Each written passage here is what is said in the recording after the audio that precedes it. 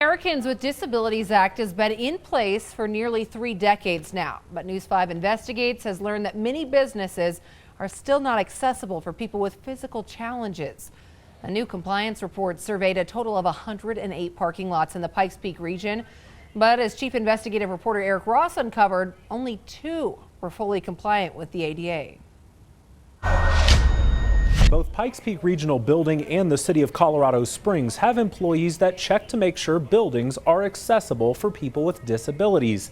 But we found no one inspects parking lots, the first place people with physical challenges need access to.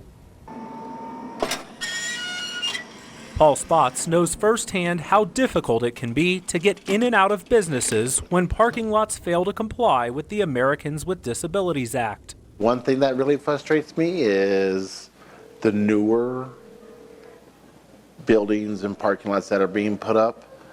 You would think they would know. Even if a parking lot has accessible spaces, 48 of the 108 parking lots recently surveyed, or 20%, did not have access aisles, which people like Paul need in order to lower their wheelchair ramp. This is a problem because your parking lot is your welcome mat. And if we can't get in the front door because the ramp isn't there or it's not usable, there's no access aisle, no signage, then we can't shop there. And it effectively says we don't serve you. So that's really very disappointing. Patricia Yeager, the CEO of the Independence Center, says in addition to accessible parking spaces not having access aisles, other common problems include spaces with no signs and access ramps that, well, aren't really that accessible. What we're looking here is this is their ramp to go into the front door, and it empties right out into a parking space. To avoid this problem, access ramps should not be placed in another parking space. It's why access aisles are so important, but unfortunately, some builders and contractors still fail to put them in. We had 14 that had an inaccessible access to the front door. I mean, that just is a clear message to say, yeah, we don't want to serve you here if you don't have an accessible route to the door.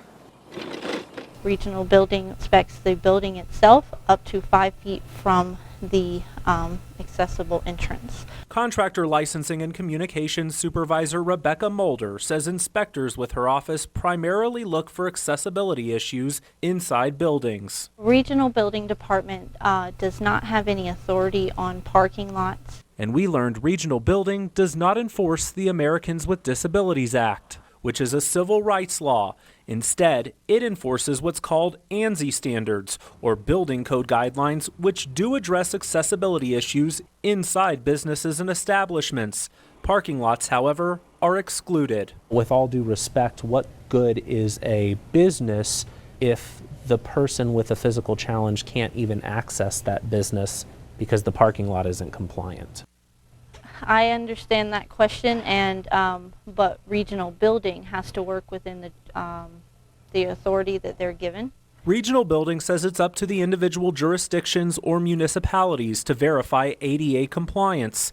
The City of Colorado Springs recently approved $300,000 to add 5 ADA inspectors and 1 new administrative position. That's in addition to the ADA coordinator and ADA manager the city already employs.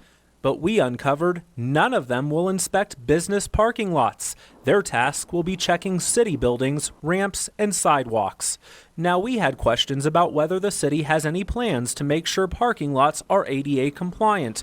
We also wanted to talk in detail about plans to improve overall accessibility. Despite sending 6 emails, the chief communications officer for the city could not make anyone accessible to us, not even the ADA coordinator or manager.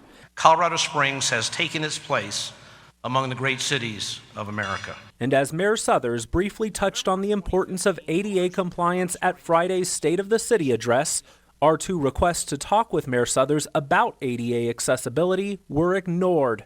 Also, on the same day he delivered his speech, city leaders announced a $19,000 settlement for a Colorado Springs couple who sued the city, alleging sidewalks and curb ramps were not compliant with the Americans with Disabilities Act. Back at the Independence Center, we'll be barking at the city and the county and regional building about how are they going to fix this. As for Spots, he's growing tired of the discrimination people with physical challenges continue facing. Maybe there should be a fine for these people that are doing it, you know. The Independence Center is currently writing a grant to better educate contractors and asphalt companies about creating an ADA accessible parking lot. Right now, the only true power people with disabilities have to address parking lot accessibility issues is to either file a complaint with the Department of Justice or file a lawsuit. Watching out for you, Southern Colorado. Eric Ross, News 5 Investigates.